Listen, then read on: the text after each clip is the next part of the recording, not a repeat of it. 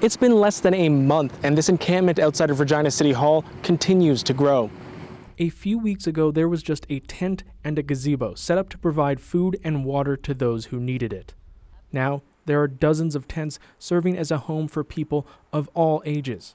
Volunteers say the rapid growth is a sign of just how bad the issue of homelessness has become in Regina. It kind of reflects the amount of homeless people there are in Regina. So instead of having kind of like different pockets, there already existed like encampments and stuff, whether they were taken down or not, kind of throughout the city. So I think just people, I think the media's helped too. Like the word's gotten out that there's a place in downtown Regina. There's people kind of congregating. There's food supplied and some other things. Despite Mayor Sandra Masters saying encampments are not a solution to homelessness, there's no sign these tents are coming down.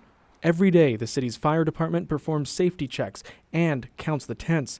The number goes up and down, but at last count, the tally is 64. Because of the stigma around homelessness, many of the people who live here say they prefer to not be on camera.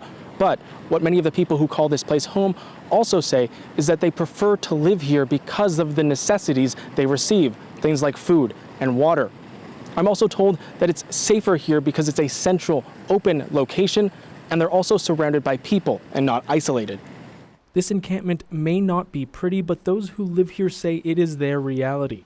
Volunteers ask people to keep one thing in mind when they see the tents. These are humans, and if you humanize them in your mind by just engaging with them and talking to them, you understand it's not a financial issue or an economic issue or a healthcare. It's a personal, it's a human issue, and it needs people to treat them like people in order to kind of overcome it. The city says it's in contact with the organizers and has agreed to help with collecting garbage. It's still not clear when or if the city will take action to remove the people living here. So for now, it remains a physical representation and a reminder of the homelessness crisis right here at the front door of city decision makers. Alexander Kwan, CBC News, Regina.